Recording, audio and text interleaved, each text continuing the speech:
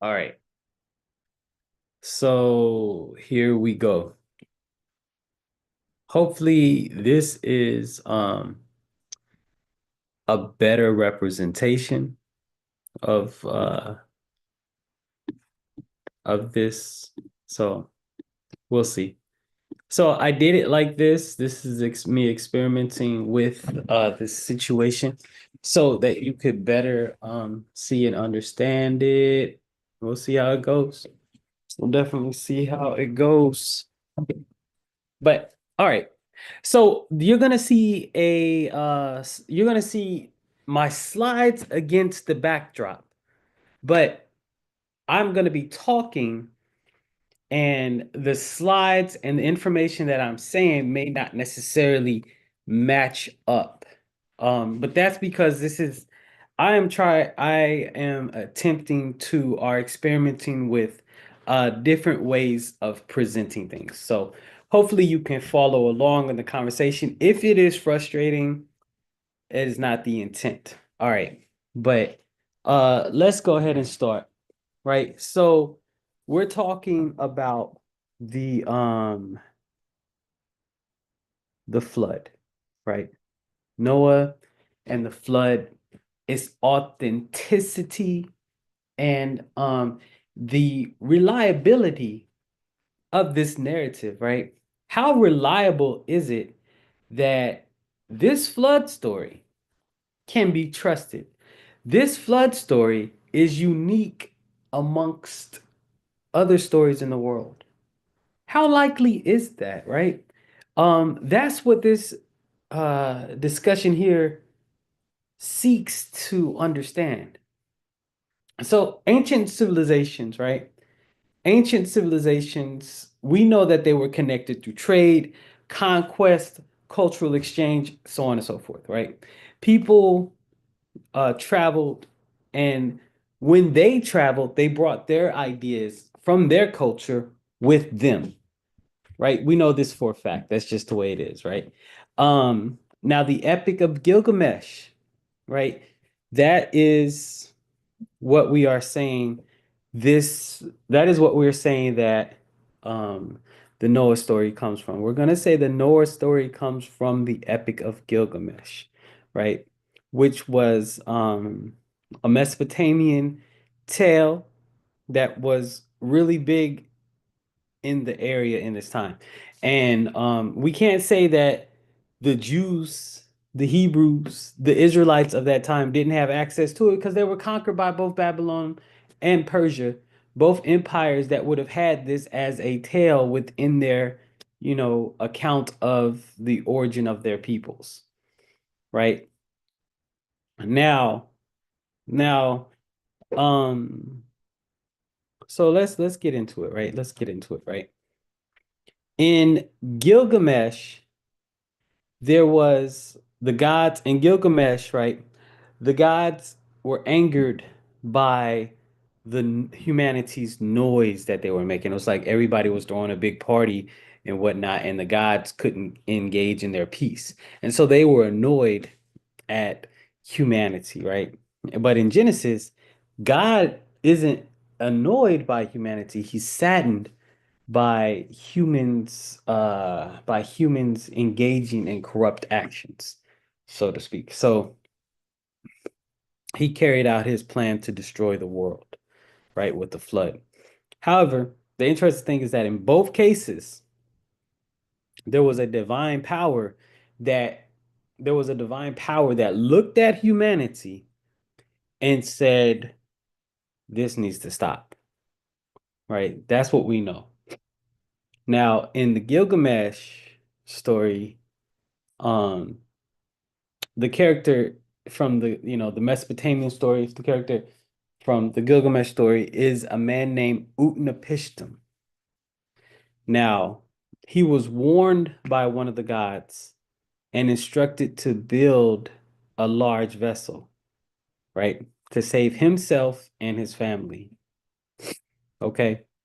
Now, in Genesis, Noah is approached and told he's a righteous man, and he was commanded by God to build an ark to preserve a righteous family. right? Both figures, both Utnapishtim and Noah, both Utnapishtim and Noah receive instructions on the construction of their vessels, right? Everything, including how to build it.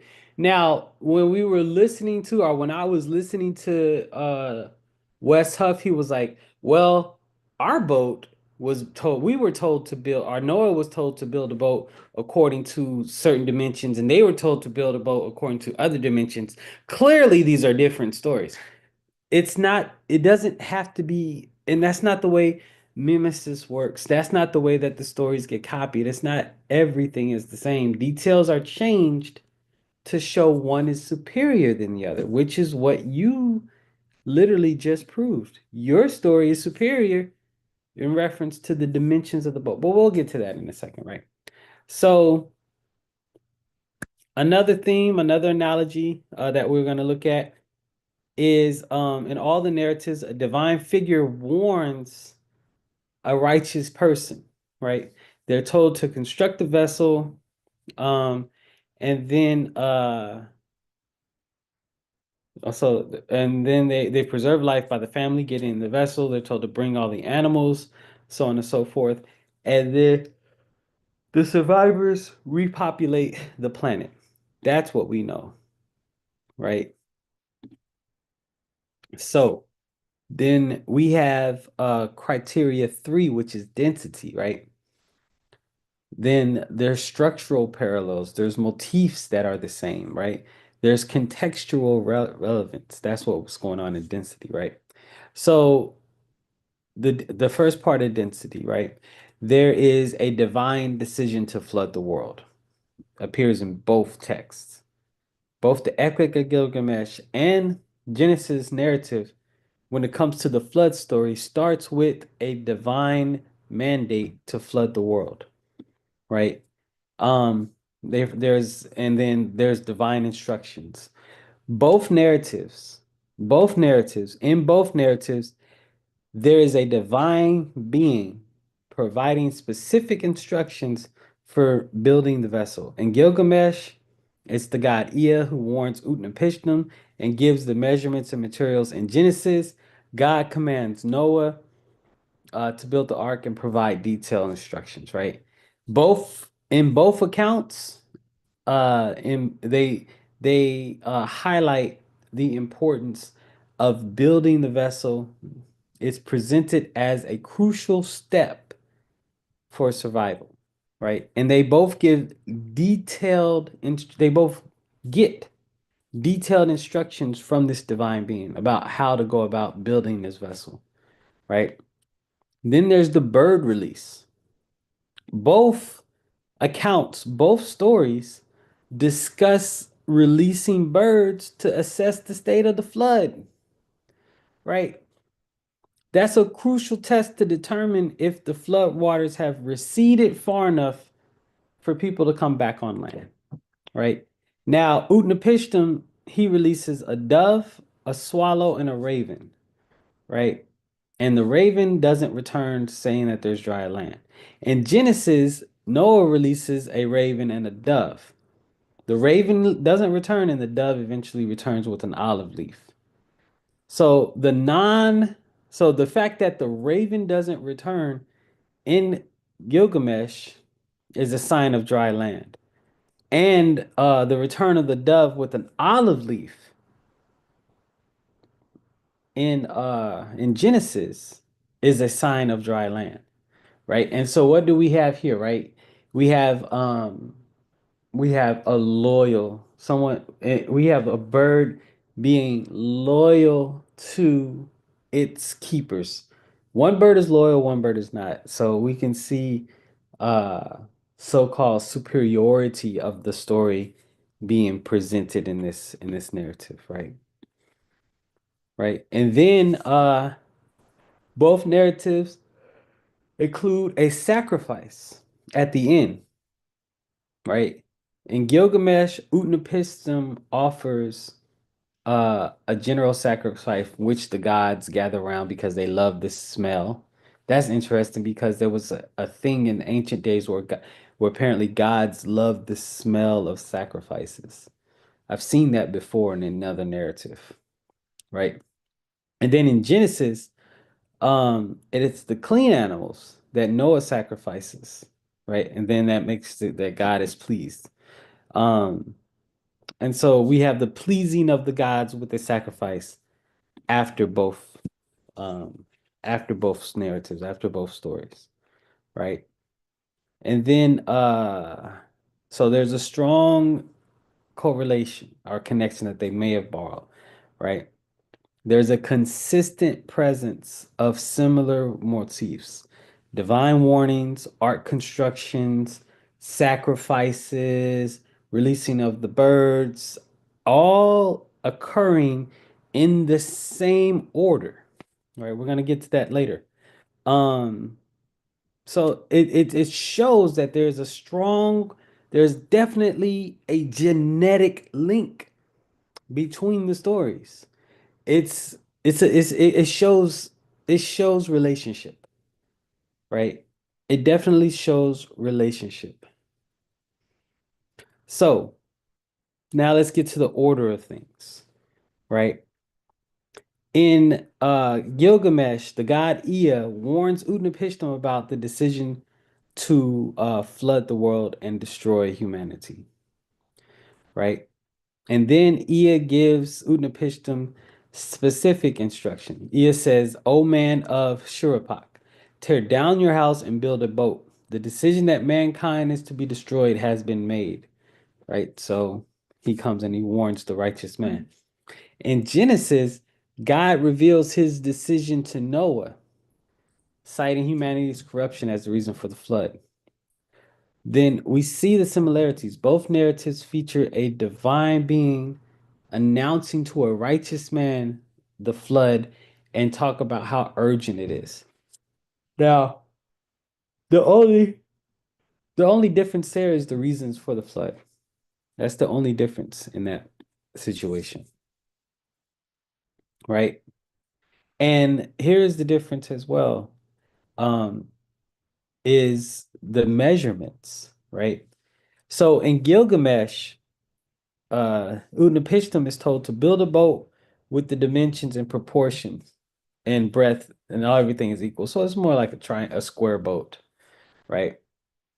But in Genesis, it's to be an ark, right? The construction of a modern, like a boat with modern dimensions, right?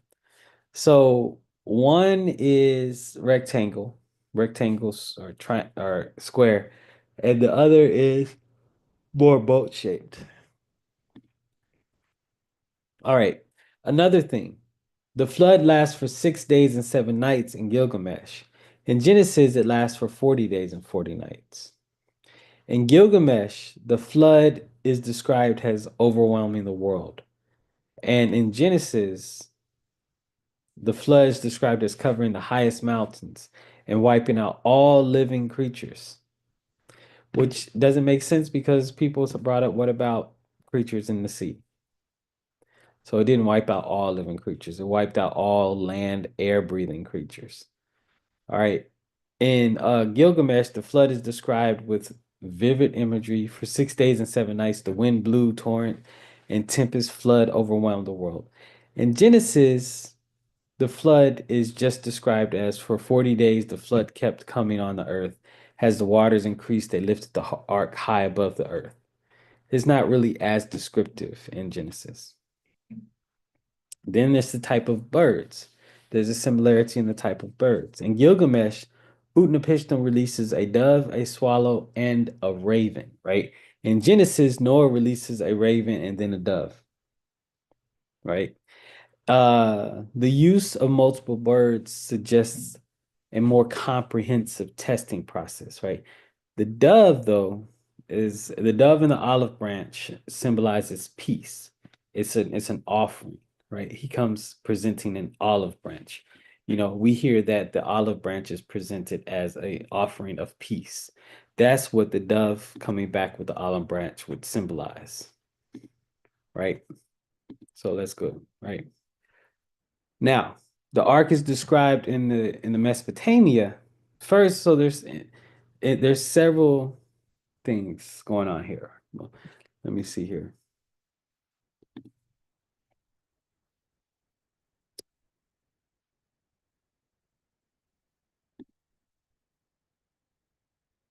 All right, let's look at the Mesopotamian myth, right? In the Mesopotamian myth, the flood is viewed as a punishment just for being too loud, right? And then there's an unpredictability with the behavior of the gods, the beings with the power to destroy the world. They're just like, you're too loud. We need to hush you up. But in Genesis, God is disappointed with what occurred and then decides to correct something, what could be considered a mistake. Then in Mesopotamia, the gods are appeased by the sacrifice, and life continues without a promise. It's just like, okay, it happened. Now let's move on. But in Genesis, um, the flood concludes with a covenant, a promise that God will never do it again, right? And that signifies a new beginning and a renewed humanity, right? And then the idea of this covenant, the idea of this promise is the rainbow. That's that's a difference between the Mesopotamian context of the flood story and the Genesis context of the flood story. So we can see a difference here. Differences clearly exist, and that's actually the point of mimesis. To show and adhere to or appease the consciousness of the culture of the people that the story is being copied for, right? That's the reason for mimesis. So, um, let's see. I think that kind of covers by and large the majority of this conversation. So, we know, right, there was what was it? Babylonian, or was it Assyrian, Babylonian, Assyrian, Persian captivity?